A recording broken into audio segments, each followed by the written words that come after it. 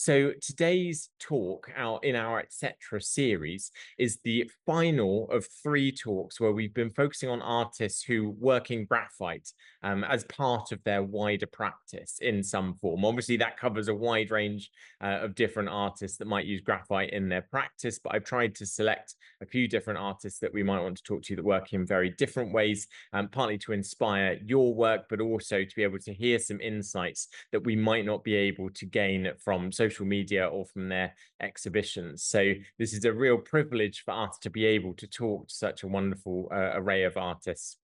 And we've got Sena Adjovi, who's going to be our artist of focus for this month, and has very kindly agreed to do this talk for us.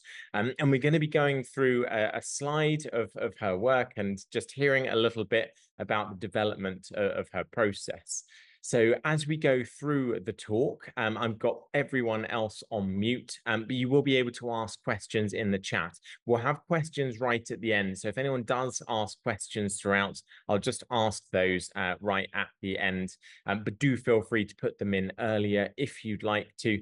And we're going to have an hour for this talk. It is going to be recorded, though, and it will be shared on our YouTube in a week's time. So you'll be able to come back to it then. But it is really wonderful to be able to have you all here live. So thank you so much for joining us. These sessions are run by Draw Brighton and they're funded by our Patreon. So thank you to all of our Patreon supporters that make that possible. But we like them to make them as available to everyone as possible. So they're going to be up for free for anyone to attend. And it is just a great opportunity to be able to hear from artists that we might not be able to hear from otherwise. So I'm not going to over introduce our artist because I'd like her to be able to speak for herself so that we can hear a little bit more about the work and about her process. So I wonder actually whether you might be able to just say hi yourself, Sena, if that's okay. So Sena Adjovi is going to be our artist of focus for today's talk. And I'm just going to give you the option to unmute and just pop you on spotlight for a moment, if that's okay. Uh, Wonderful. yeah. Hello. So thank you for being here. I'm very happy to have the opportunity to talk about what I do, especially with Jake and you all. And it was really great to think of this talk and to reflect more on why I do things and what do I like, where do I want to go also for going forward. Yeah. Anna. Should we go into the first slide of your work? Mhm. So I'm just going to pop onto main screen, just our introductory slide, and then you can just ask me to click through as you wish. Perfect. Wonderful. All right. So if I just click through here, I love that we're starting with your childhood drawings. Yes. So I wanted to include this because I think it's something I've been thinking about recently. I have a lot of um I would say insecurity about my work sometimes, and more the realistic aspect of it, I guess, or even the size. And it's very hard looking at so much amazing artists on Instagram and any platforms, not to compare. And there's many ways to make drawings, to make art, and ways that are way more colorful or that just go into the more abstract side of things. And so sometimes I'm like, why am I so realistic? Why do I do such small drawings? And I've been seeing those very, very old, I mean, compared to my age, I guess, drawings that I was doing as a kid I could, before I was thinking of what I want to do or why I'm doing things, just instinctively what I was drawn to, and what I was making, just just like that. And I find it funny and reassuring that most everything I was doing was pretty small and it was pretty realistic with my skill at the time. And I think I was fascinated with understanding people around me and things through drawing them, through observing them, and also already obsessed a bit with detail, and yeah, and even the themes, the magic, a bit whimsical. It was interesting to see. So the two faces on the bottom are my mom and my grandmother. um, yeah, the one on the top is a drawing I made for my dad. They were around 8 years old when I was 8 years old, and the one on the far on the right is me copying a comic book I was reading at the time, I guess, and I was fascinated with the art in it. So I think there's this mix of being inspired by other artists and enjoying looking at paintings and drawing so much. There's understanding the people around me, the people I like, I love, through drawing the faces, and and then creating those characters or those environment that are very magical. Yeah. It's wonderful to see that foundation and see you working from life at quite a young age as well, or working from observation. Yeah. Yeah. Um, uh, yeah, I also, it's not there, I don't have it anymore, but I also remember in terms of realism, I remember when I was very young, I was doing a drawing with a bunch of things, and then I wanted to draw a bird, for example, and I could have just been like, oh, kind of bird, but somehow I just couldn't be at peace with that. And I remember like asking my grandmother and using an illustrated encyclopedia and looking for birds and trying to copy and understand the actual bird instead of just making it up. So and so using drawing as a way of investigating and understanding the world. I mean, it's quite an instinctive thing to do as a child, but I think that's a powerful tool for navigating experience if you can carry that on into adulthood. yeah, and I think as I was more working on technique, I I went away a bit from this, and maybe recently I've been coming back more to this in the moment enjoyment of discovering the people around me and things. Yeah. Should I click through to our next? Yeah. Um, self-portrait. So that's another main thing I've been very into for a while. Maybe not as early as the other ones, but I think starting at around 10, I started making a lot of self-portraits, and it was mostly looking at myself in the mirror. Um, and for context, at that time, I guess around 10, I had just started a fine art class. It was a fine art class for teenagers, so I was like the youngest. And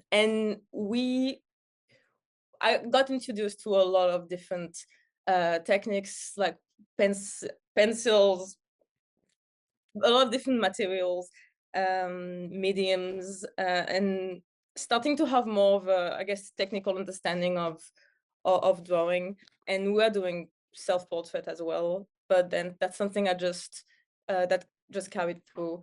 And so yeah, the first one is when I was about 15 maybe.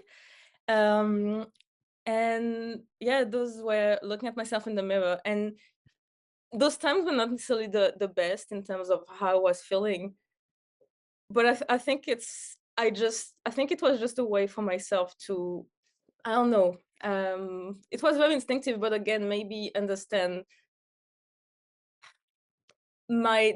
this something about like what's going on inside versus how I'm seeing myself or how people are seeing me, or, and I don't know, I guess there's some curiosity I have around the inside world versus the outside appearance. And it's not something I think about. I just thought about it while I was building this PowerPoint, to be honest. But I think this is the same thing that's happening in 2017, where I don't think I'm going through a very good time here either. And yeah, just exploring this. What does it mean sometimes on my face to have this inside struggle or unease?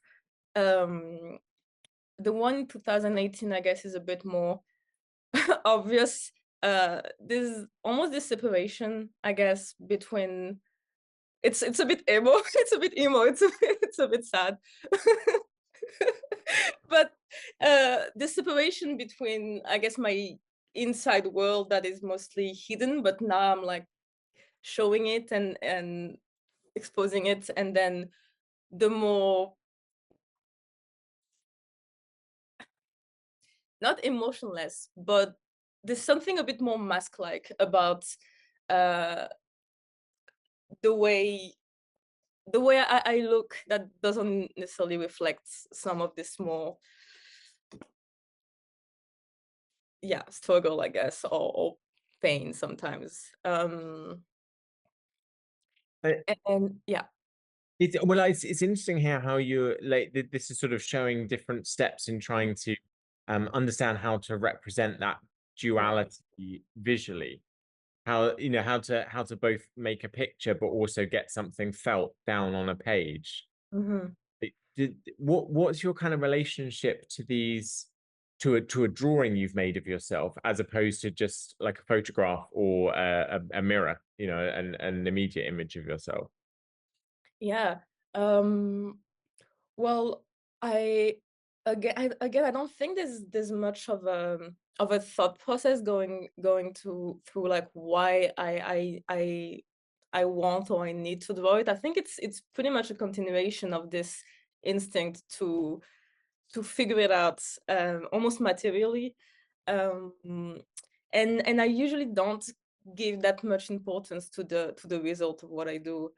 I guess now I'm storing them more, and because there's a potential maybe of selling all of them, of showing them at some point, but it's never been really about the drawing I'm making. I think it was more of the moment of understanding something. Mhm. Yeah. And sorry, I interrupt you, so Mm. going to talk. Uh, yeah, no, that's fine. 2020, I think this is one of the only recent-ish drawing I made that was so obviously disturbed and gore. Um, this this was I really love this drawing, by the way. I know it's and it's weird because I feel like this energy or this thing is present, at least for me, in the way I draw in the drawings, let's say later, that are way less obvious in terms of expression. They're actually mostly expressionless. But I don't know, I think there's still this duality between this kind of outside and then the inside. And I think the 2021 is one of the only times where what was going on inside was so intense that I just had to represent it. But it's usually more of a subtle. It's expressed more subtly, I guess, through just the face being a bit, yeah, numb or something. But this one was the feeling I had in my body as I was drawing this was shame, mostly, yeah, and and then well, already, yeah, then the two other are more recent. And I think the 2021, as I was, a lot of the times, I'm kind of figuring out what it is that I'm drawing as I'm doing it. I don't really have an intention, except apart from an intention in terms of how I want it to look, like very medium. But in terms of meaning, I don't necessarily. But as I was drawing this one, I remember feeling like I was on. It was almost like a mummy, a mummified representation um, of my face or something. Yeah. And then the last one was, um, I guess, as I said, more recently when I started again drawing myself from mirrors in yeah. Because would some of the early ones have been from mirrors or from photographs or other? Yeah, so the 2011 one was from a mirror, and then everything in between was from pictures, and then only the last one was again from a mirror. So copy and sailing like that. Exciting. Shall I click through to our next? Yeah. Um, well, the same fascination for self-portraiture. Um, I started zooming out a bit from the face, and I think here maybe it's the question of photograph versus drawing is maybe even um, more relevant, I guess, for me, where I'm representing more my body.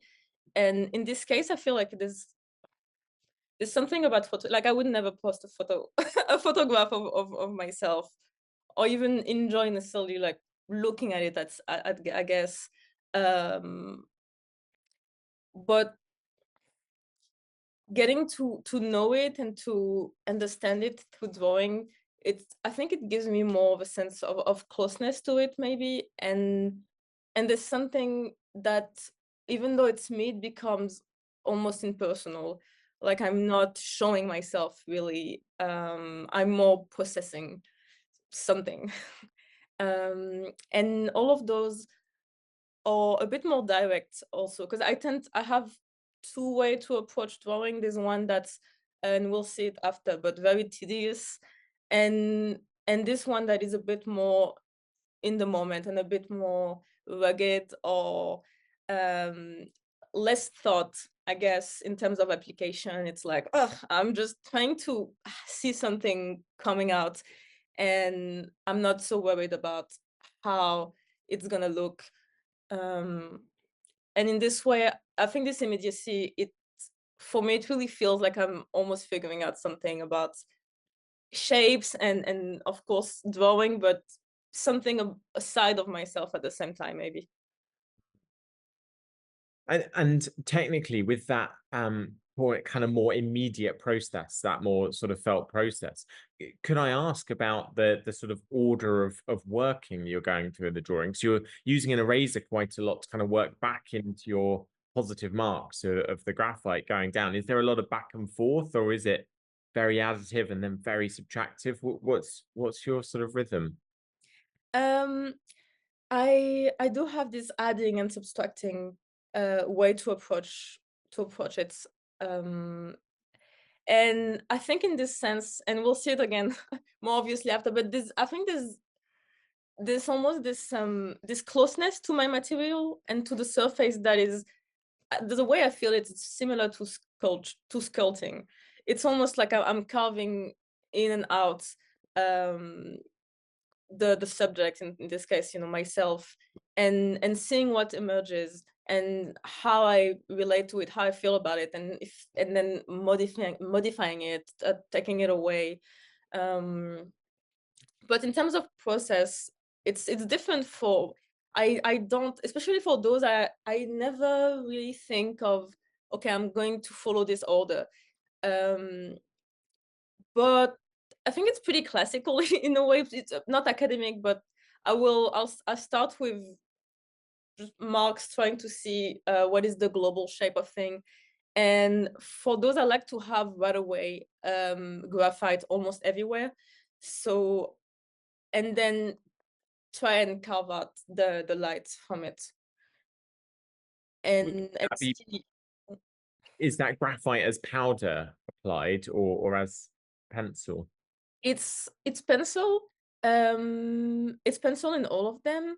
Sometimes I've used powder before, but those are all pencil. But for example, for the one on the left, I've used a jumbo pencil, so it was very easy to apply it everywhere almost. And then for the other ones, it's still pencil, but I don't pick and choose where I apply it. I kind of do this almost like a one shadow, and then I use a brush to diffuse it and make it go kind of everywhere. Yeah, on the figure at least. Thank you. And erase. Sorry, now I'm just asking a load of technical questions. I hope you don't mind. But the erasure as well. Like, is it important to you what kind of eraser you're using to kind of take marks away? Um, I guess I came to choose the eraser I use mostly from life drawing, actually. So I think when I was doing live drawing, I got to understand my way of approaching a figure quickly without thinking too much about how I'm following steps or even what material I'm using. I have a few pencils and a few erasers, and I'm just picking whatever seems to make sense to do what I want to do. But I ended up using mostly a knitted eraser, and it's actually here, and a very small pen eraser. And so if I want to erase like if I want to just lighten something, I'll use the knitted mostly. Or if I want to clarify the edges, take off from the background, because there'll be graphite in the background a lot of the time. And when I want more of those precise playing with the edge and trying to find where it sits, I will use more the pen. And within the figure, I use the pen a lot. I use it almost as a pencil, actually. And so that's why sometimes it creates those marks that are lighter. It's like penciling with the eraser. And I like taking off the highlights with it as well. And I like how it gives a shape to the highlights instead of just following the picture. It creates this texture in the light that I enjoy. And I guess you can bring in a directional quality, and you've got Mm, a line. A line as a light subtractive mark across the exactly. That's right. And you're sort of not using it to remove the process of the drawing as well. I mean, I'm noticing sort of in your shoulder, there's a line and there's another line to suggest the reassessments that you might have made as you were drawing. Is that a very kind of conscious thing to leave some of that process in? Yes, yeah, I guess I got to think of erasing less as a correction and more as a part of the more as a subtraction of what I did, and more as adding by subtracting, if it makes any sense, and then keeping the traces of that. And yeah, I think it gives some movement and some life. And also I think it probably makes sense with what I'm trying to do with drawing in general, and then with understanding self-portrait is this process of getting to know it, getting to understand it better, even when it could, yeah, for drawing my materials and my understanding of light and shadow, even very technical aspects. I like to know. I just don't get it right. There's an approach to it, and there's a familiarity that builds through doing it.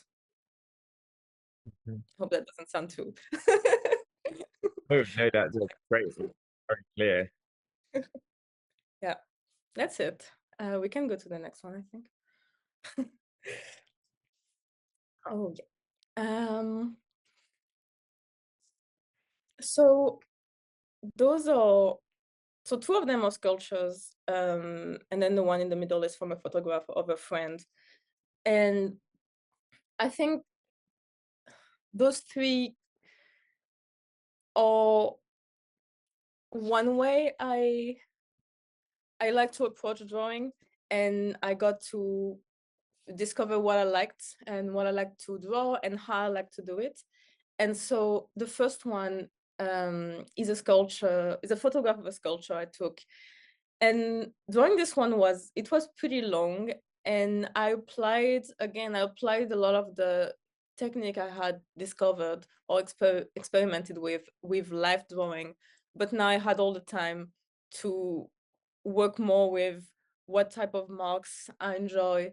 Um, and it's I think there's a few aspects that I work with those ones. It's like there's the smoothness of the application. I like that it's very smooth, and that it blends in the background. Um, then the mark making, I think, is very important, where yeah, it kind of takes away from the realism. I have a bit of a fight with realism. I'm always back and forth, and having visible marks on my drawings, whether it's pencil that goes all over the way in the background, or eraser that takes away or that kind of blends the background with the figure, it makes me feel like they're less of an intent to be perfect or to represent something faithfully, and they're a bit more of what do I want to see? What do I like? What do I think is just pleasing to explore in the drawing? Um, Let me see if I have. And I think also there's a lot of this element of sculpting in it, and I started having this liking for sculptures both as a subject and also as a way to approach it. So the fact that it's very tonal is something I enjoy. I think at this point I didn't want to be too realistic with my portraits. And doing sculpture, it it made me understand more why I liked doing them. And I think it's the tonal aspect where there's not a color or contrast of the eyes are not going to be darker or the lips are not going to be darker. Everything is kind of the same. It's only the light and shadow working. And yeah, um I'm a bit confused about those. It's been a while, but so the second one I think was my intent of um using that same approach I used for the little guy with an actual photograph of a person. And again, it was a very long time before I finished it because I kept adding and changing slightly uh, the darkness of the lips. And I was like, what works? How much can I almost decontrast the face and still have it work? Yeah. And the last one is a life drawing that I did recently at the museum. And okay, in all of those two, I'm using a very hard pencil, probably an F or an HB Max. And yeah, I think this is how this way of working is more close to how I instinctively work, which is adding just a tiny bit of shadow and seeing how it works with the overall, and then going all over the figure and adding a bit, and then subtracting the light, and having all those little marks that almost tell the story of how I got to understand what I was seeing. And when you're trying to understand a sculpture, particularly, are you choosing kind of one viewpoint to be able to look at it from? Obviously, that's the angle that you're representing it from, or are you kind of moving around? Do you change your position in relation to it to understand it better? No, I don't. No, no. Oh, that's great. Um, Thank you. And this intensity of kind of marks kind of built up, like the sort of dash marks, particularly in the central drawing. Um, how are those kind of generated? Because it feels like they're contributing a lot to the energy of the drawing and the sort of movement away from sort of very strict, I guess what you might call sort of photographic realism. That's all about, sort of a representation of tone on tonal values. But they're kind of introducing something that feels unique to your sort of visual handwriting. Like, Yeah. is that something? Do you feel like you sort of generated a particular set of marks that you kind of go back to, or are they relating to particular stimulus in the subject? Hmm. Um, I think they come a lot from my hand, my body. I don't think of what shape I want them to be.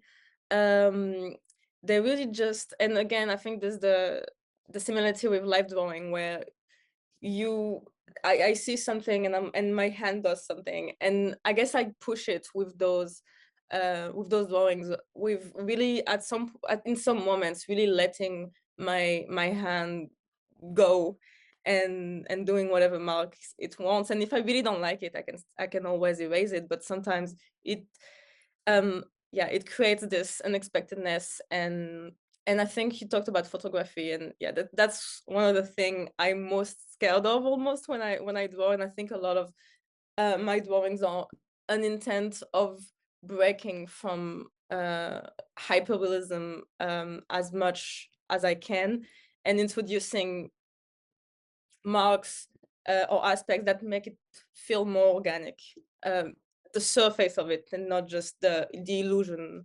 of the portrait. Oh, thank you. That's really well articulated. Shall I click through to our next slide?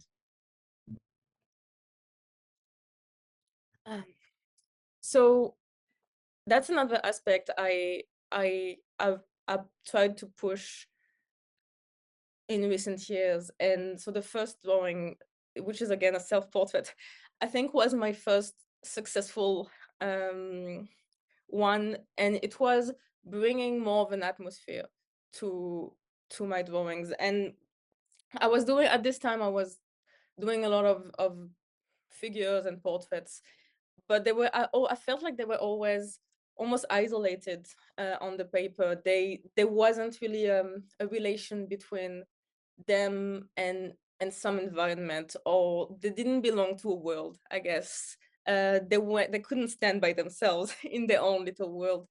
And in this one, I wanted to have this character that was bathed in something that just, yeah, that belonged to something. um yeah. And also there's my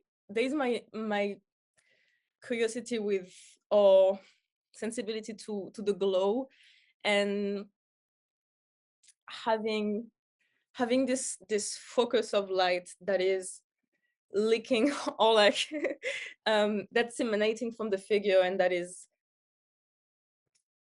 going, I don't know how to, that is glowing from inside to the outside. Yeah. And And sorry. oh no, I was just gonna say with this, Mhm. is this a because you said you sort of talked about the character, where the others were self-portraits. Is this a self-portrait, or is it a character that's just using you as the model? It is a self-portrait, and it is a character that, I guess, that's this at the same time I'm working for me, but I think especially for this one, I don't know, I like that I'm putting something, I mean, this is my face, so I'm putting something like in terms of the reference, but I'm also putting something of how I feel, or how this person feels, that kind of comes from what I'm going through at this time in my life, or how I'm feeling. But at the same time, I like that it's standing on its own, and it doesn't almost need me as a reference to exist, and it can evoke whatever feelings or whatever things it wants to other people. It doesn't have to be so tied to myself, I guess. um yeah. Thank you. And so the second one is a blend of this newfound ability to create an atmosphere around the figure, and my interest in sculptures, and how they behave in terms of light and shadow. And so this was a photograph I took of a sculpture in a museum again, and I did change a few things, but I also started at this time to pinpoint um, what atmospheres I like, and how I could create it. And I think a very low contrast is something that has always touched my sensibility when I was looking at others artists' work. So I started really killing the contrast on a lot of my reference pictures, and this helped me um, creating something that wasn't, again, so photographic, and more of how I wanted my drawings to look. Um, and there's again this kind of glow that's coming from a heart in this case, and it was kind of present in the reference, but I pushed it and made it more obvious. And yeah, I think at this time I'm starting to play a lot more with how free I am, or more free from my reference. And instead of feeling like they're tying me to a certain representation and I have to really be faithful to what I'm using as a photo, I'm starting to see how I can break from it a bit. Yeah. And again, it's a very hard pencil. I think the whole drawing was made with an F or H, and I really enjoy building the layers slowly and creating those very small shift of value between different elements. And yeah, And in terms of physical scale, how large are these drawings? this one is, I remember, is 9 by 9 inches, so not very big, pretty small, but they take a long time. And I'm also really going in. I have a pretty sharpened pencil, and I'm really going. I'll be looking at the paper very close and looking and drawing in each of the little like fibers of the paper for those. Yeah. So potentially with quite a light hand, you're not pressing to destroy the paper texture. You're trying to No. kind of go in between. Yeah. No. And I love paper, and I've been using the same one, which is Stonehenge, for most of those drawings. And I think I love respecting the texture of the paper and really going very lightly on it and letting the paper have almost a role in the overall look of the drawing. Yeah, yeah. Thank you.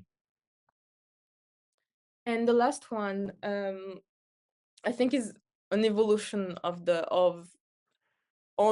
yeah, an evolution of the second one, where I still had this interesting glow, but now it became a bit more. I took even more liberty, I guess, and made it kind of explode from from her womb, and also having the figure belonging to, zooming out a bit more, and having again an environment that is yeah, that the figure is part of.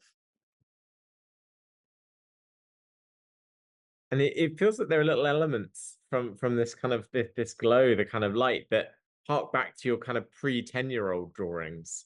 The Yeah, little surrounding your face. I just this is like a matured quality that I noticed that today. I was like, oh, I was doing those little sparkly things. Yeah. funny how our tastes kind of run through the center of our practice in a way that we kind of can't quite escape, hopefully in the best way. Yeah. And we can go to the next one.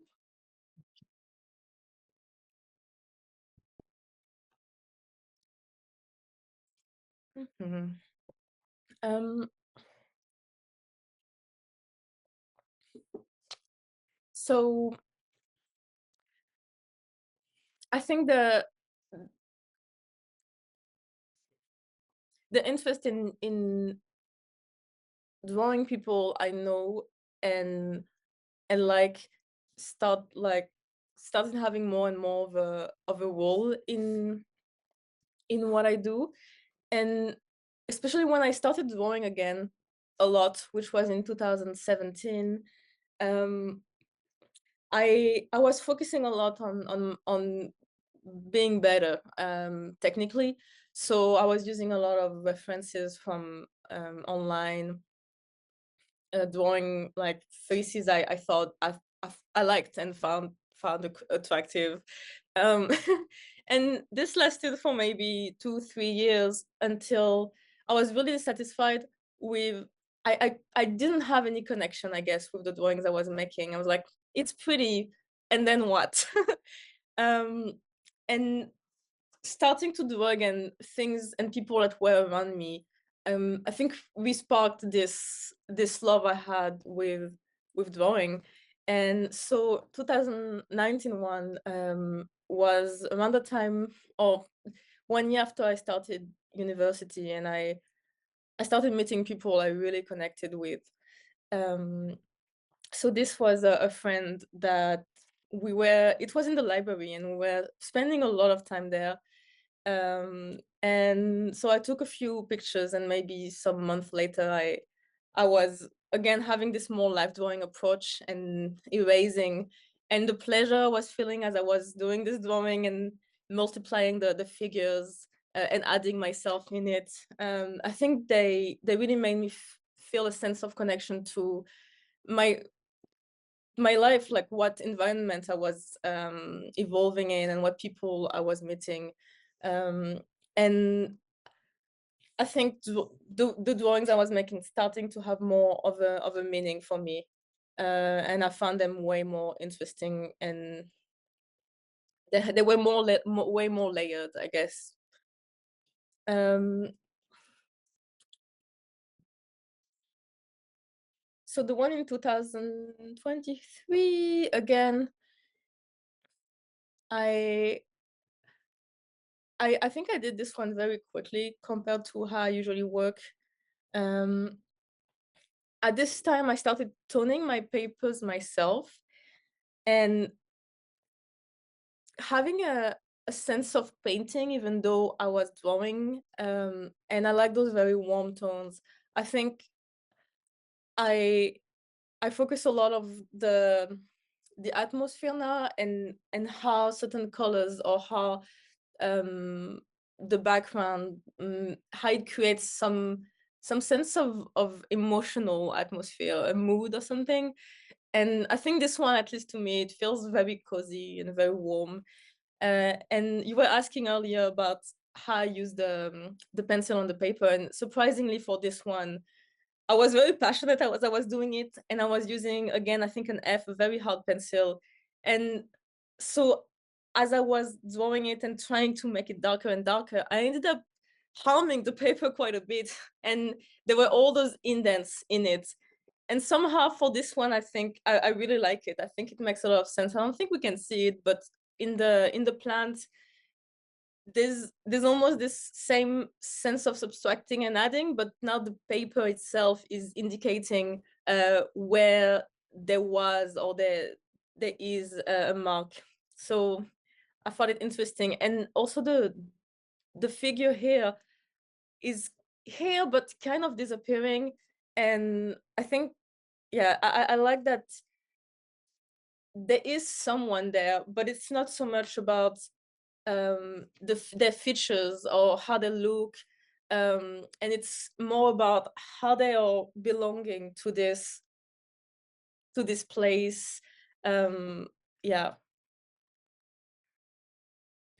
And the last one, on the left, it was in a greenhouse, and I spent a really really good moment in this greenhouse.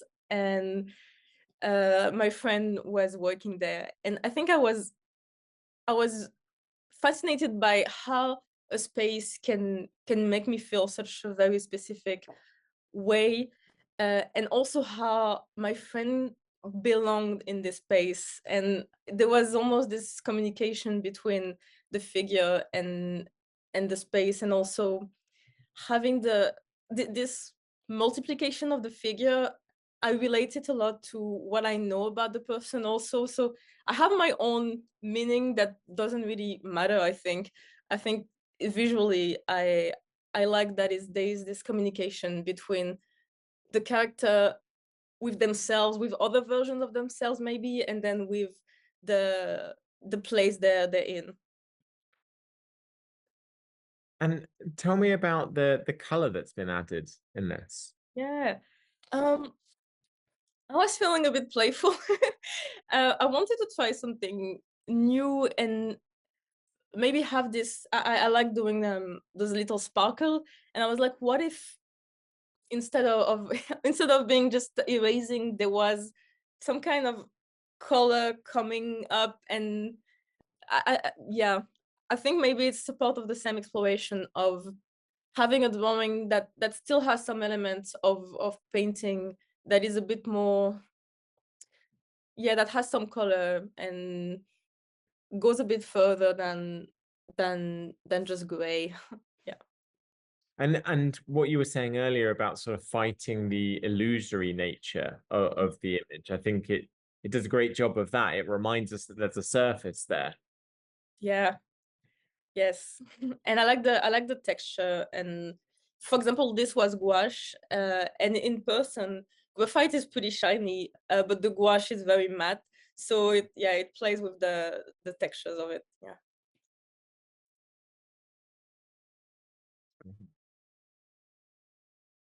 We can go to the next one. Yeah. Um,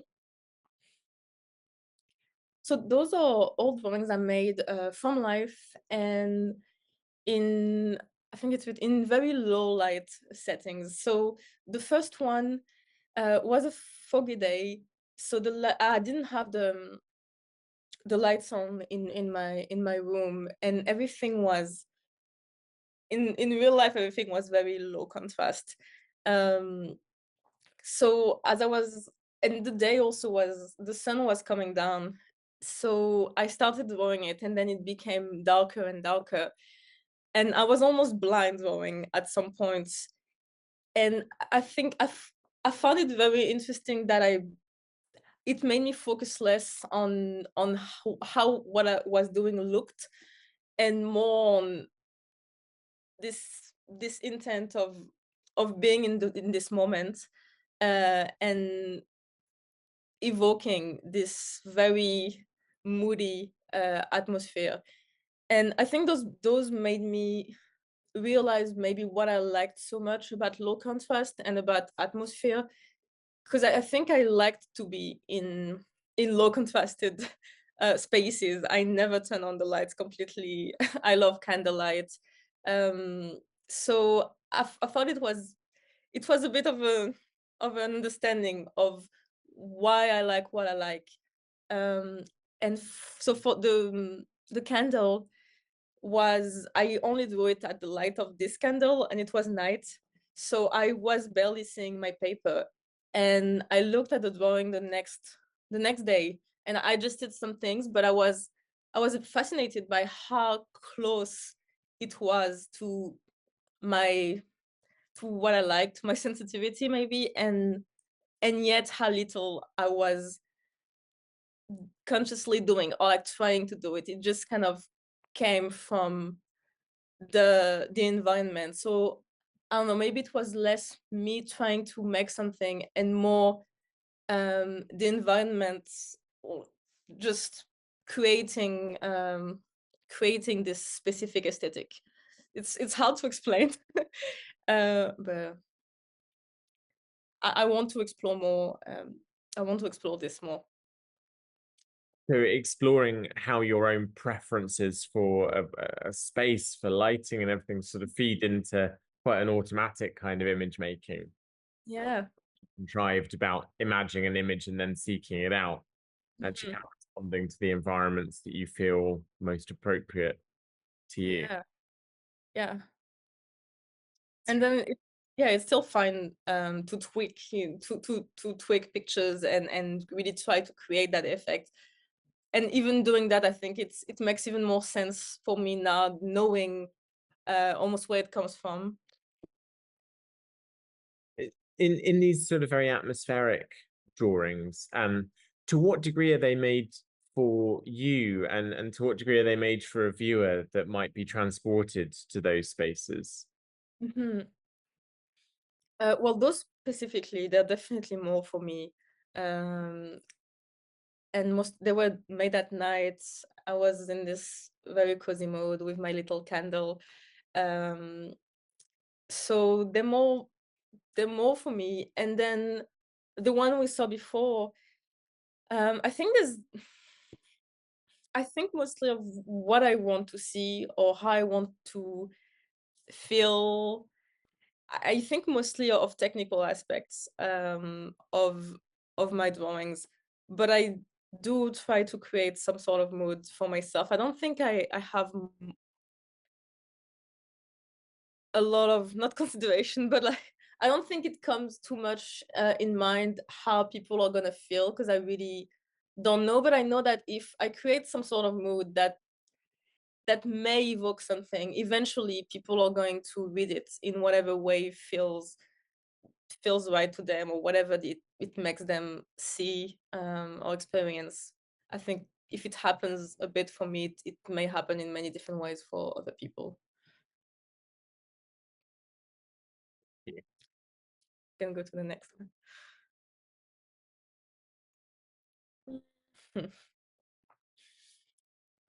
um, so I wanted to include this sketchbook page.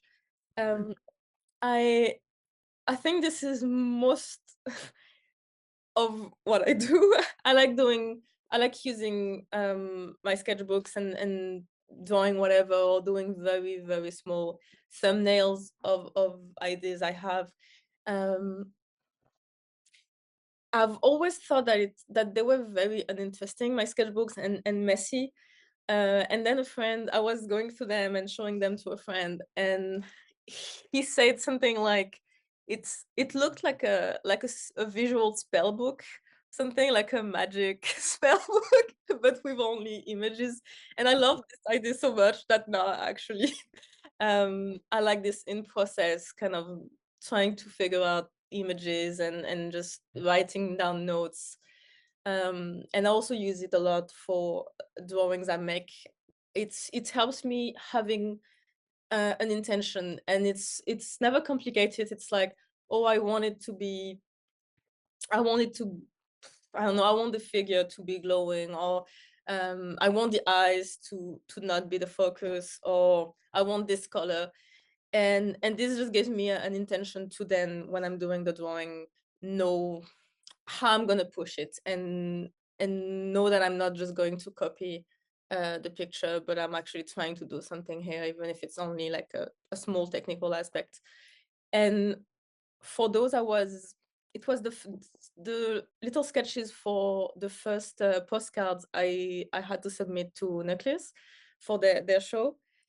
So this is another way, I guess, I work, where I first have those little sketches of what type of faces I want, and then when I pick up my paper, I'll try to come as close as I can to those. And for those faces, I use a lot of I use references from online. I think that's the only time where I still use references, but I will pick and choose features and mix a lot of different faces and try to see what can help me create the face I want to do. Yeah. So there's no single reference that looks exactly like any of these. It's you've just been sort of leaning a Yeah. bit on the reference, but it's from you essentially. Yes, yeah, except for the last one. It's mostly a self-portrait that I modified a bit. But yeah, sometimes I will take a picture of myself to see how the light works. And then I will go and look at a lot of pictures and tweak each little feature depending on what I like. And sometimes just no, from no once I have enough of a face, I will change. I will add a little markdown, see, do I want the mouth a bit different? Do I want the eyes more like turned upward? Yeah. And the reason why I put the chandelier here, um, it's, I think for those specifically, I've been, it's a good practice for me to do those small postcard format. They're 5 by 7 inches. Um, and as much as I don't like things to be too realistic, I think for those, it helps me um, push something I've been wanting to explore. For some of them, it was trying to have more jewelry. The first one is actually the most recent, was going more for a mask appearance that would not be so much of a specific face, but more a way for me to play with a look and with, yeah, I think there's still this sculpture thing that is coming through here, where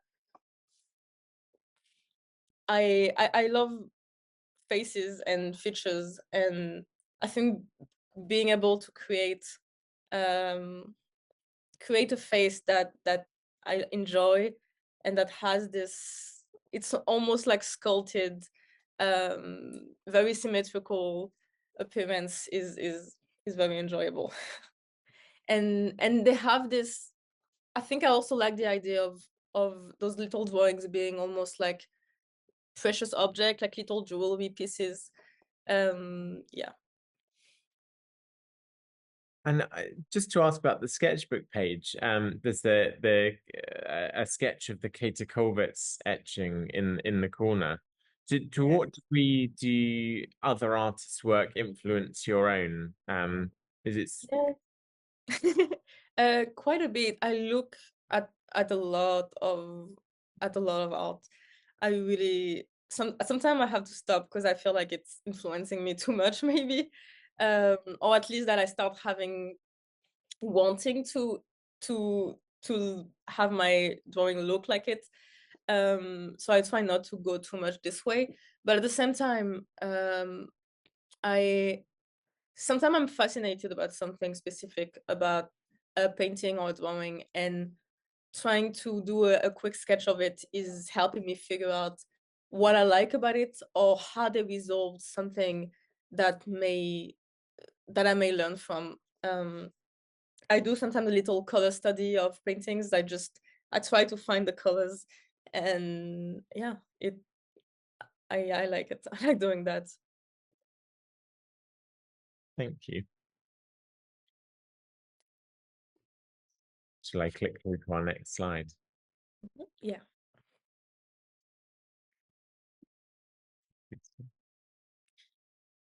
Mhm. um, this is one of the moments where I'm using a reference from a picture from someone I don't know, but they're all references from Kenya. So it's this group chat between artists when we share reference pictures of ourselves, that anyone can use. And in a weird way, it creates a sense of closeness to the people. And I get drawn to specific features. I don't necessarily know why, but this is Mila. I really, really enjoy her face. So yeah, and so the little sketch on the right is how I got the idea for this one. It's very ugly. I just knew I wanted to explore in a bigger format the faces I was doing previously that are very symmetrical. And then I had this idea of, it's the eyes that are usually the main focus, but then having this almost taken out of like the actual face eyes, and extending into the outside. Um, and I wanted to do 5 eyes, I guess, but I only did 3. Yeah, and I think introducing an aspect in my figurative work that is more abstract, and is more forms, a bit more illustrated, maybe. Um, yeah, I I'm also pushing this, the tonal aspect, having the face be as little contrasted as possible, so that I can choose where I want the focus to be, and where do I want how do I want the highlights to be shaped. And yeah. And the picture on its right is the moment where I realized it could be nice to have the shadows of the eye shapes, um, as if they were projecting they were on top of the paper. But I think this is an example of how sometimes over obsessive I am with being right when being accurate, I guess, realistically, as much as I also like to not be too realistical. But here I was like, I could just freestyle how the shadow works, but what if I was sure of how the shadow would behave in the situation? So I constructed the little eyes, and then I was projecting a flash. I was putting a flash on it and seeing how the shadow would work on the surface. And yeah. which was, I don't know if it was necessary, but I think it gave me some confidence to know that this would work visually. You've talked a lot about kind of drawing in a sculptural way. Do you work in 3 dimensions ever? No, I don't. I think maybe this way of drawing is satisfying two things at the same time without me having to actually explore sculpture. I've been curious about it, but so far, not really. Great. Thank you.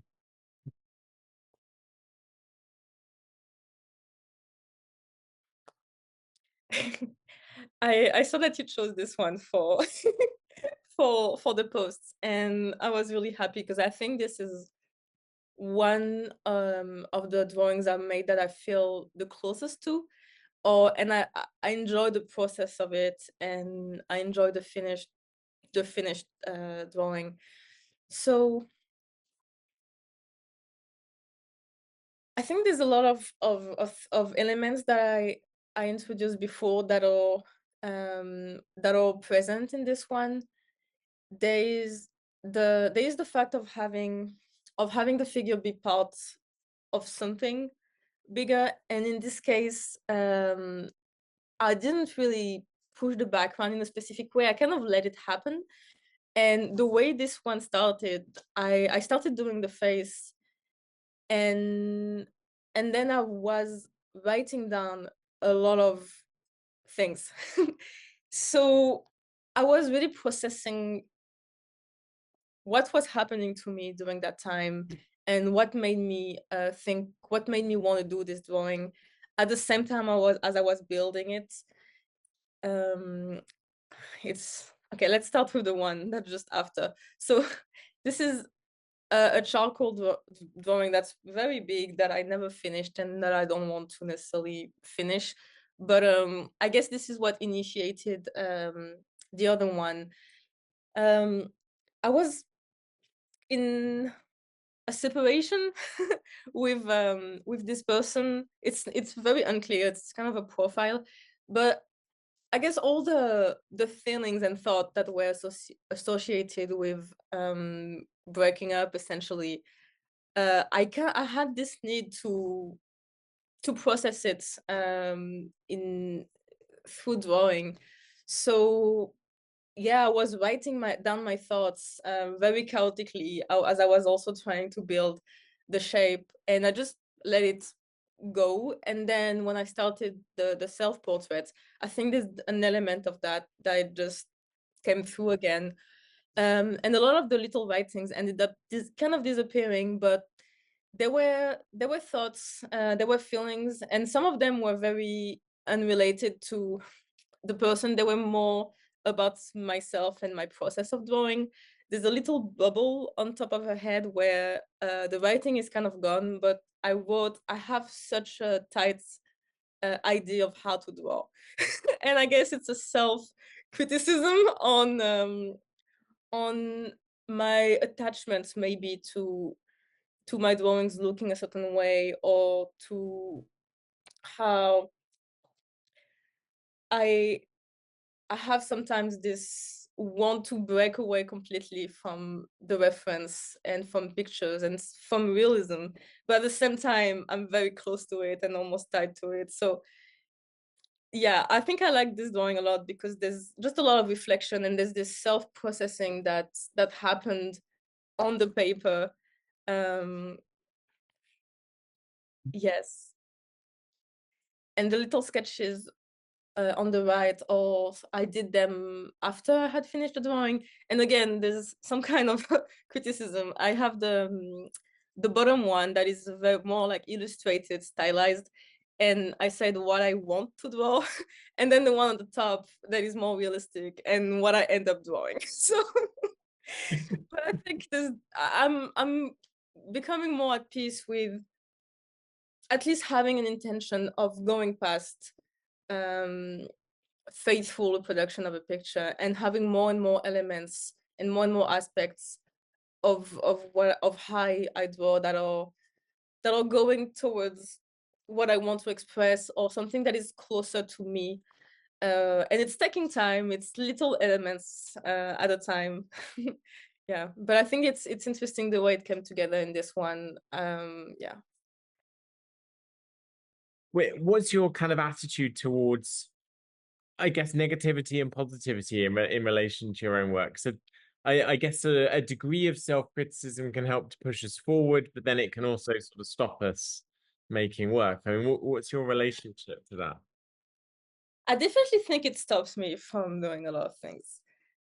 Um, it's a good question. We can come back to it. Yeah, no, well, I think there's an aspect that is more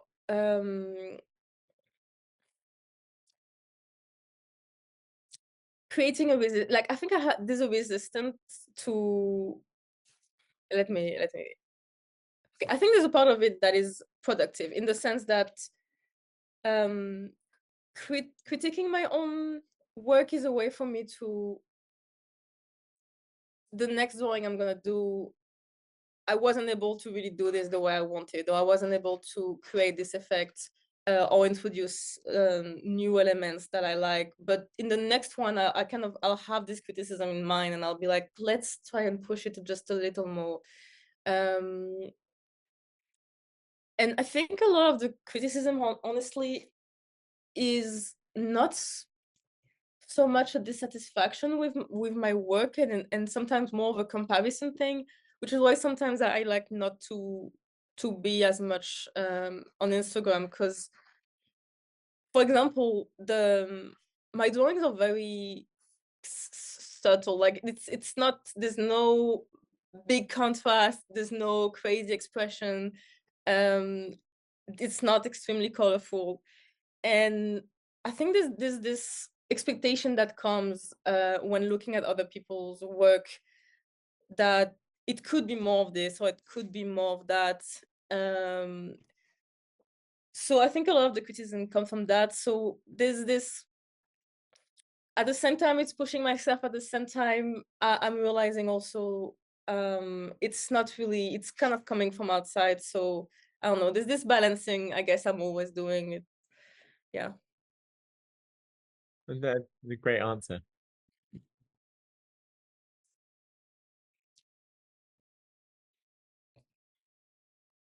So Color. um yeah, so I'm starting my paintings in my work on painting with this too, because um those were kind of milestone of me understanding two very important aspect of painting, which is light and color. um so the first one I did, I again around that time I think I had started to pinpoint what moved me when I was looking at paintings from other artists. And sometimes very different styles, very different subject, but I noticed that there was always this same element of having a very a reduced palette and a reduced contrast, as much in lights, in values, as in colors. So with this one, I was conscious of this and I tried to make it happen. So yeah, I understood a lot of on how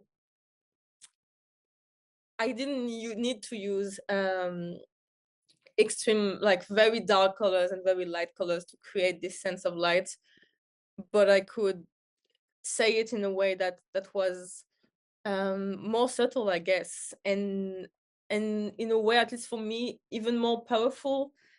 Yeah. And the other painting, I don't actually like the painting, but um I think this is when I really, or actually I felt that I really started to understand color. um I was really struggling with this one. Basically, the picture was taken in a room where the curtains were red. And so all the light filtering through, obviously everything in the room was becoming red. And when I was trying to paint it, I was using a bunch of colors and I was trying to do my mixes and I was saying, okay, here it's a bit more purple, here it's a bit more red. So I was mixing completely different mixes, I guess, where one was purple, one was red, one was brown, and then putting them on the canvas and realizing there's not this harmony that that is going on the picture and that I want to have. And at some point, I just used the red in all the mixes, and all of a sudden it worked. And I think it was just this moment of enlightenment of being like, um, the way we perceive color is less of is I guess all the colors are very dependent between each other, and you can have very tiny shifts. And this is what creates this purple and this red. It's not actually using a purple and a red. It's kind of having a red that's a bit more purple, and having a red that's a bit more red, and having a red that's a bit more brown. So, and also like having a color atmosphere that is present in all the paintings. So understanding this also helped me knowing how I wanted to approach painting going forward, which is with fewer colors and and more subtle shifts between them. Yeah.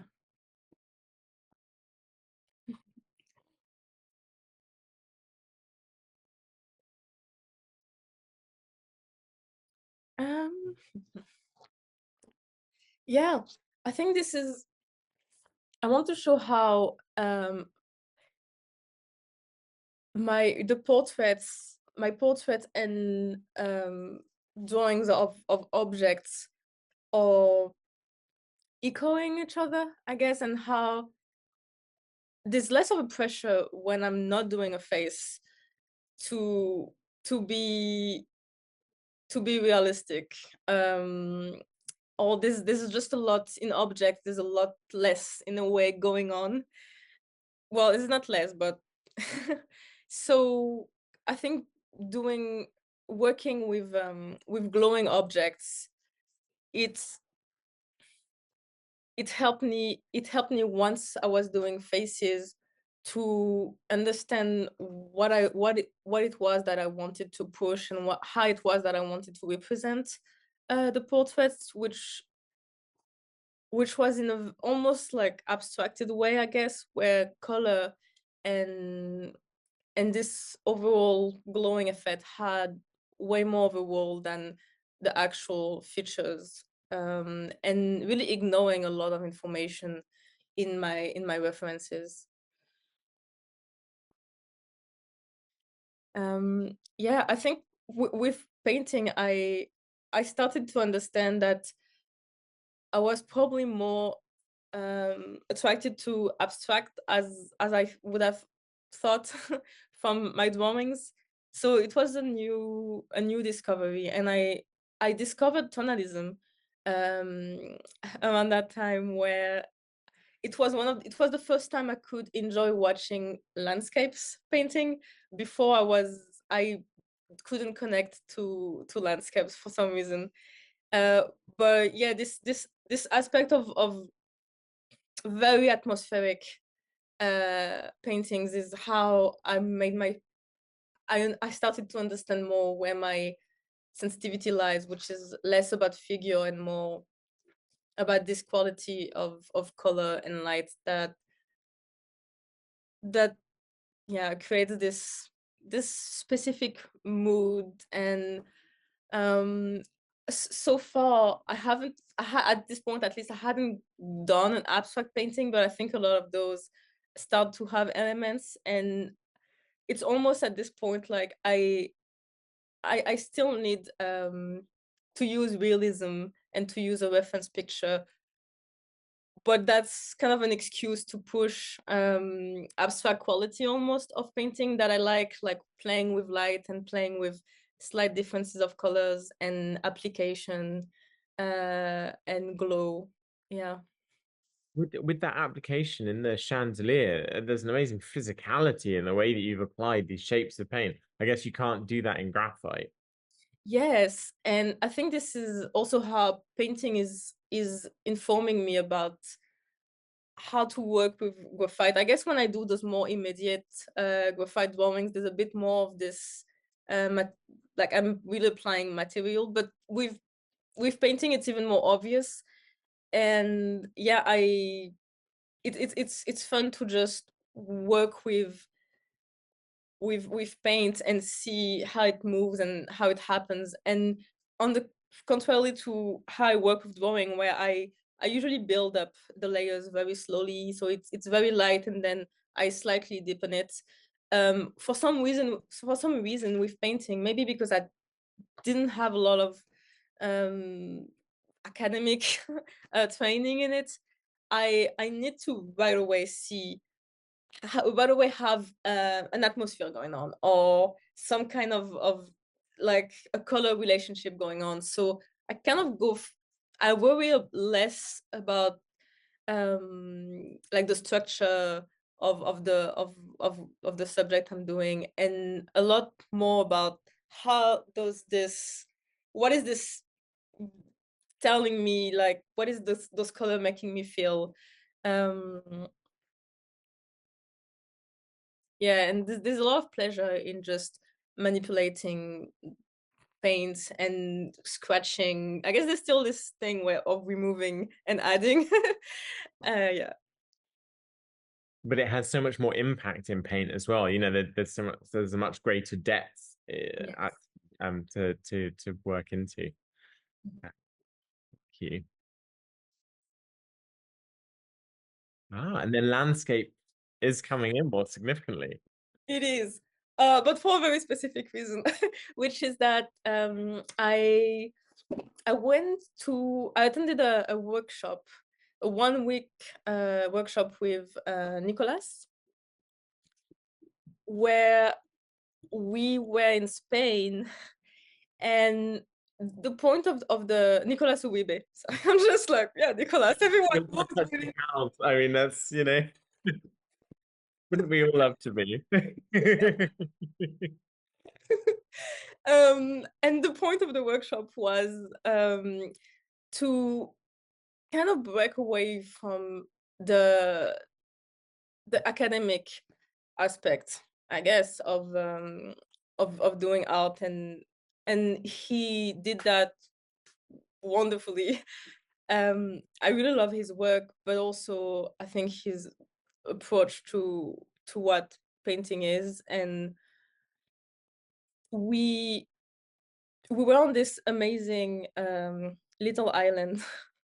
We're in an island on an island, and we go there every day in a little boat, and it was basically an old quarantine island for sailors.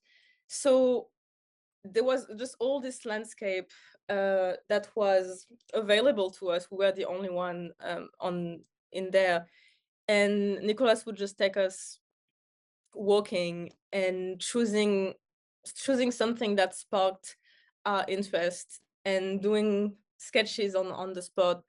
And so, for example, for this what is a creek? I don't know how to call this, but it's the sea and rocks. So we were on the spot, and the sketchbook one is kind of an immediate trying to figure out what is going on there. A very quick sketch with oil here, and taking notes of, yeah, what colors are happening, what shape it has. But we didn't have a lot of time, and it was extremely windy, but I appreciated this moment so much. I think it made me reconnect to maybe an earlier enjoyment of drawing, that was I'm there and looking at something, and there's this fascination and this impulse to understand it through representing it. And so here we came back to the studio. So all we had access to was a little sketch, and then the painting that's on the side is made just from the sketch and the little notes I had taken.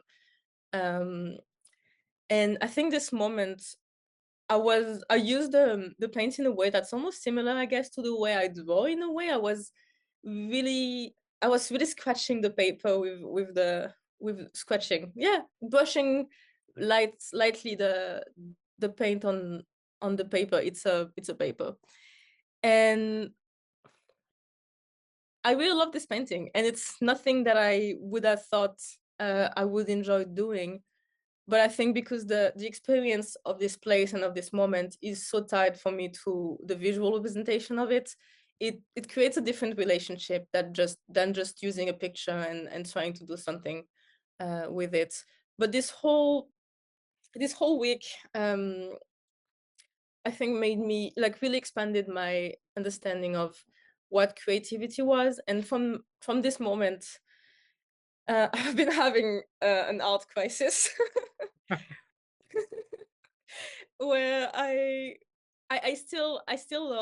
love realism. Again, that's kind of what my childhood drawings remind me of, but at the same time I also want to honor all the little creative impulse that may come, that may not be marketable or sellable, that I can't necessarily post on Instagram, that won't really necessarily connect or be interesting for an audience that enjoys figurative work.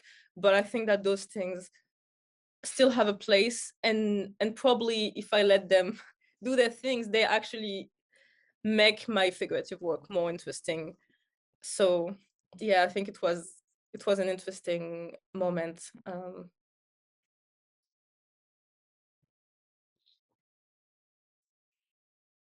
And so is this an example of some of that speaking back to your figurative work?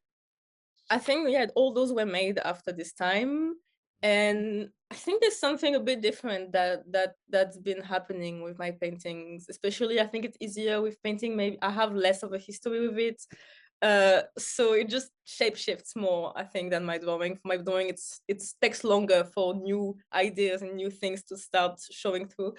Um, what's going on here? Yeah, here again, it's going from those little sketches, and I think here, especially I use the picture when I'm doing the little thumbnails, but especially for those, I'm like, what is the painting I want to make more than, and this have a lot more of an importance than the picture I'm using. Or I will be very sensitive to what it is in the painting that, or in the painting, sorry, in the picture that is like sparking my interest, or like what is it that I want to figure out. Sometimes it's like a little color relationship, or sometimes it's the way the light um is hitting, or the shape of the highlight, and really pushing that. um yeah. The first one is unfinished, it's still in progress forever. And yeah, the one on the bottom, I think, does that. It's a face, but it's barely it's starting to be less and less of a face, and it's starting to be more about the quality of the paint and the colors, and also what happens as I'm painting. I try to leave more and more marks of how the color and how the shape came to me in my first, or in the first few applications, and less of a tedious like editing of those. And the little picture of the colors is it's a website I use a lot, HTML colors. I never end up following um what the association of color they suggest. So it's basically you can pick any color, and then you can choose what type of relationship you want. Do you want to see the complementary or the analogs? And I just love to play with this to understand color better. I think I was really exploring it a lot in the past years, and I think it made me it helped me to relate what I was learning about color through painting, and then kind of seeing, okay, when you grade out, or when you what happens if you add black, or what happens when it's the same color but it's desaturated, and how, and sometimes using it while I'm looking at other people's painting, like why is this contrast working? So I think I have all this just interest in color for itself. Yeah. Thank you. Now I'm conscious we've run over on time, but I feel like there's nothing that you've said that we could have cut out. But I want to respect your time. Are you okay for time at the moment? No, I have all the time. I thought I didn't have enough to say, and now we're over an hour. That's I know. Well, this has all been incredibly insightful, exciting. For everyone that's here live, if you do need to head off, we're recording this for YouTube as well, so we'll come back to it later, just in case anyone does need to leave. But no, I mean, this is incredibly rich stuff to be able to tap into. So thank you for generosity of time. Abstraction. It feels like it's really happening here. yes. It was really a surprise for me, especially the first one. I think this was the first painting. I may be lying, but I think it was the first painting I did after I came back from the workshop, and it may have been almost a year after. I'm not sure. I think after this, I was processing a lot of what do I want to do, and this is something that happened honestly throughout in the previous years, where sometimes with drawings, for example, I was training a lot technically. I wanted to push my skills. I Sometimes I feel like I almost lie when I say I don't like realism, because really I'm obsessed with technique and trying to represent something faithfully. But I think it's this, yeah, again, this balancing of how much I like, how much of a perfectionist I guess I am in some ways, and then what it is that doesn't rely on technique, that is just what it is that I want to say, what is it that I want to share. Um, yeah, and I've been a lot more interested in doing art with people who have no kind of training. I think we'll see something of that just after. Um, and really, yeah, getting back in touch with creativity in a way that gives more space to different aspects of what I like, and not just the more academic aspect of it. But so this painting, it's from a photograph. It was a snowy tree at night, a picture of a snowy tree I took, and in the back of behind the tree there was a building, and there was this one window that was lit, that added this warmth in a very cool environment. And yeah, for the first time I was painting again in a while, I had this photograph, and I was like, there's something I love about the relationship between the coolness and then this little moment of warmth. But at this point I really didn't want to do a solid painting. I just wanted to have fun. So, and I was like, let's see what paintings feel like at this moment. And so I started doing those little bits of marks with my brush, and I was like, I'm really enjoying this. So let's keep making little marks and playing with color. And because I knew the reason why I loved this picture was because of the little window.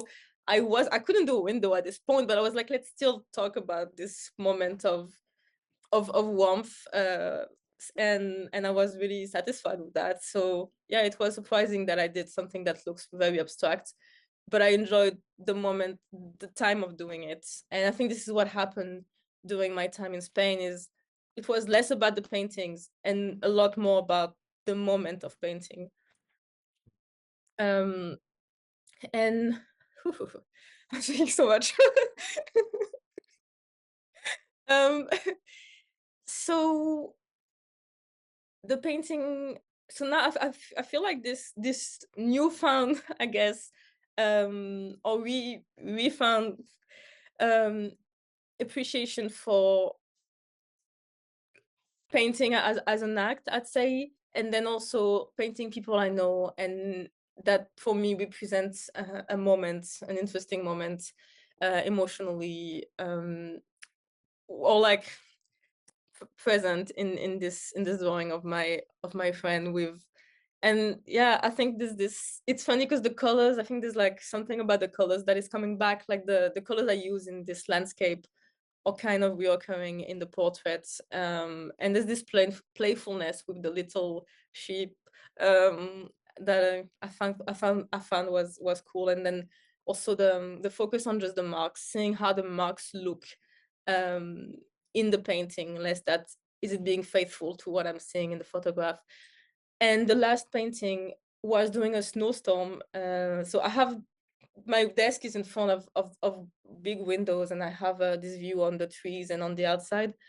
So it was snowing this day, and I had nothing to do, and I was like, let's. It's a really interesting moment for me. Everything is a bit moody, and it's snowing. We can't really see, and the branches were all being broken by the weight of the snow. So I started painting it as as the snowstorm was happening. And for a while I couldn't really see what I was doing. I was like, it looks, and even now when I look at the painting from too close, I'm like, there's nothing. But then I took a step back and I was like, wow, this is actually, it's not very faithful to a tree, but it's very faithful to how what I was seeing and feeling at this moment. So That's responding to that experience. yeah. Fantastic. It's wonderful to be led into painting from your graphite work as well. We're moving into our oil painting term, and I feel like we're going on that journey with you right now. Um, but yeah, I feel like what's going on here? Tell me about this page. This is my final page that I just wanted to put different things that I guess are a representation of what is it that I want to, how is it that I want to experience making art from now to who knows how it develops. So there are really different aspects of it. The first one, okay, before I think so, those aspects as I mentioned, or being more faithful to what I want to create on the surface, maybe than being faithful to the reference. There is this sense of processing in the moment and doing work that is sometimes more immediate and reflects more um, either people I enjoy or little things that feel precious to me or that I feel just drawn to in that moment. And also understanding myself through creating pictures of myself. So the first one, we were at the museum with my friend, and we started doing those museum visits and drawing there. And this is something that ideally I would like to do, but I never did until I met him, and it was like, oh, let's go to the museum. So it's kind of how people around me are helping my practice to be what it is, and enjoying this more, having people being part of having, yeah, out being about connection. So just not just, yeah, more about connection to people, to events that happen in my life, to whatever. And so I did the drawing of this. It was a sculpture from the back, and I didn't really like the drawing, but I got home, and my other friend who doesn't have an art practice but has been doing little drawings with color pencil that I found fascinating. And I take them as like very precious thing, even though they look like kid drawing. And I was like, you know what? Do you just want to do something there? Because it's my drawing, it's whatever. And so he was he's also not, he's not doubting about anything. Like I doubt a lot when I start something and there's this preciousness, but he just takes pencils and start drawing on it and doing all those shapes and colors.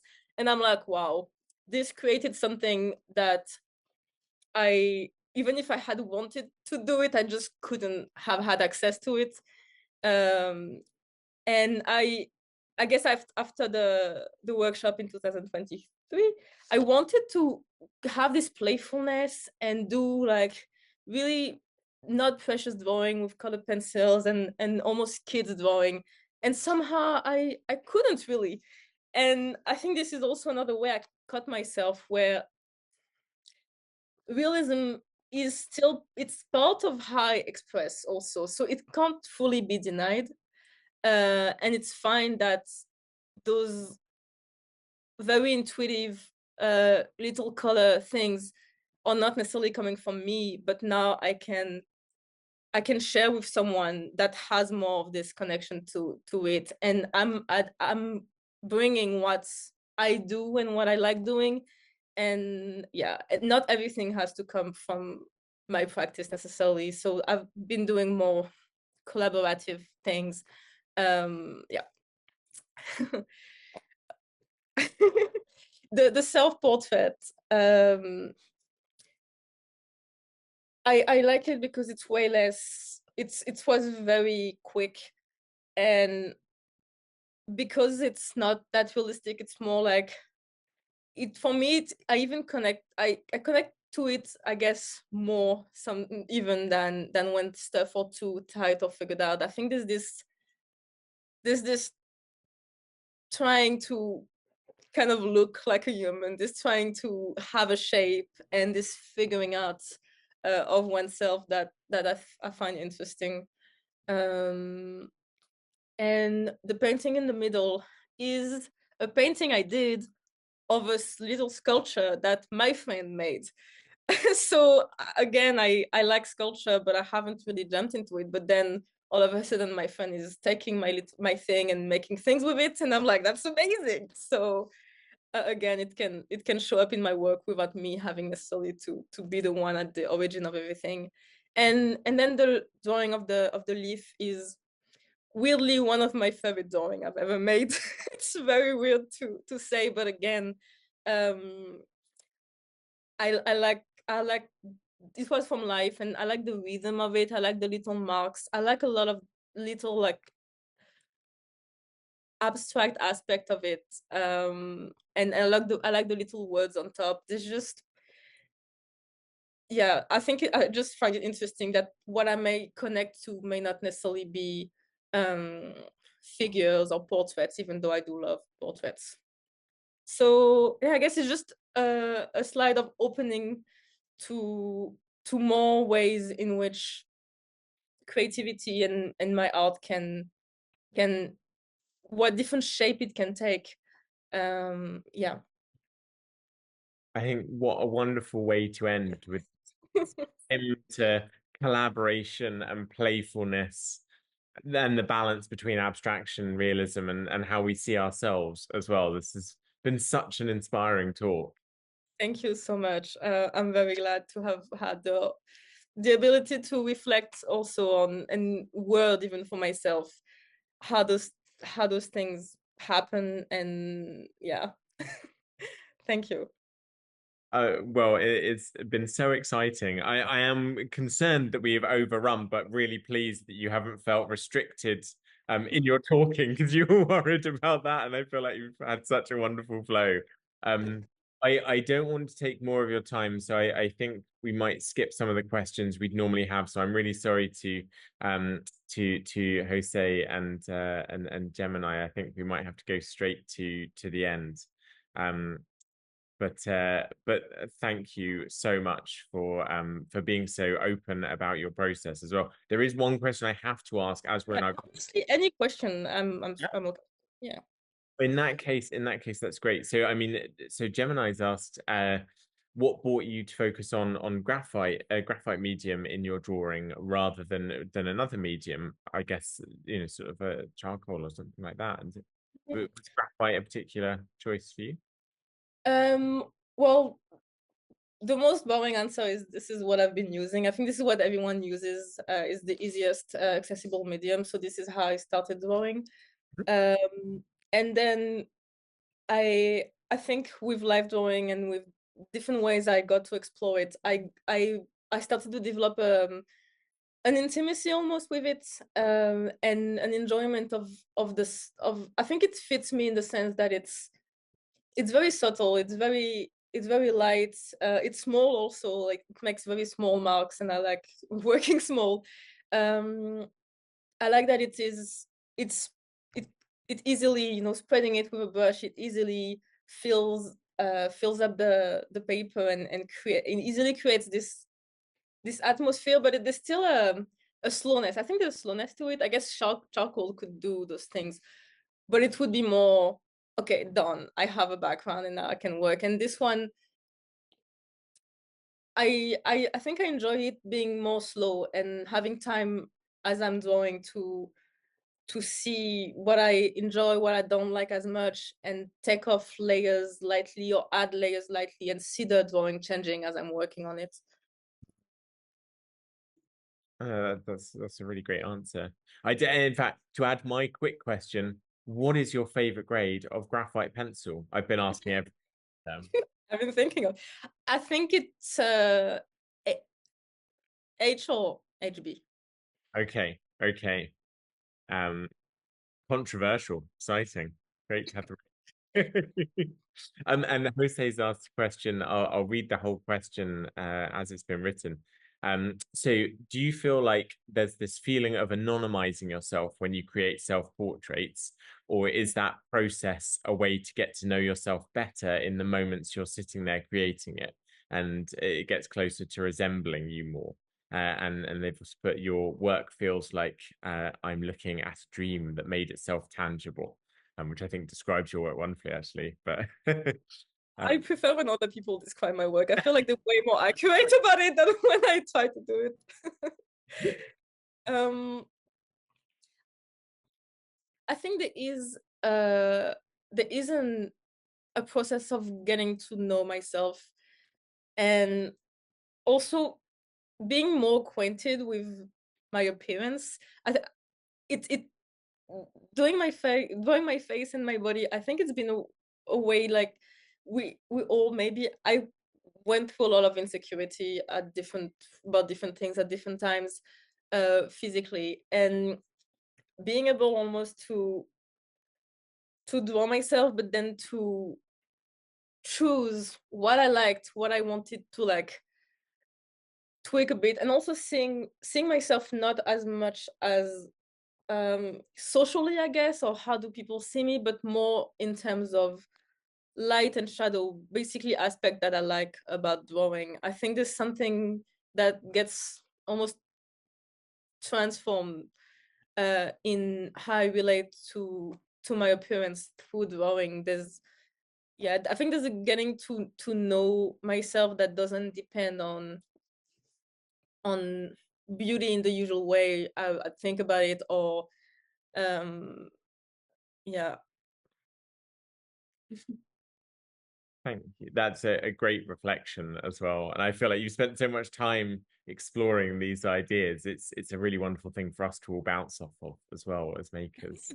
It's hard to talk about because I think one of the way I explore those things is really through doing. So there's not a lot of thoughts, in the way that I could talk about it, that go into this, and it's more, even a lot of the things I've said about my drawing today, I think they started occurring to me after the drawing was done. Yeah. That's a great thing for us all to hear as well, that it doesn't always have to be intellectualized. It can Mhm. just thank you. Well, I think we should wrap things up there. But this has been just an incredibly inspiring talk. So really appreciate it. And I'll make sure that the recording of this is up in about a week's time as well. So we'll be able to come back to it. So for everyone attending, I bet you'll want to revisit this. So there'll be the opportunity to do that. Are there any great opportunities to see your work at the moment, or is Instagram the best way to keep up with what you're doing? I think Instagram probably. Yeah. Brilliant. And I'll make sure I share that with the recording as well.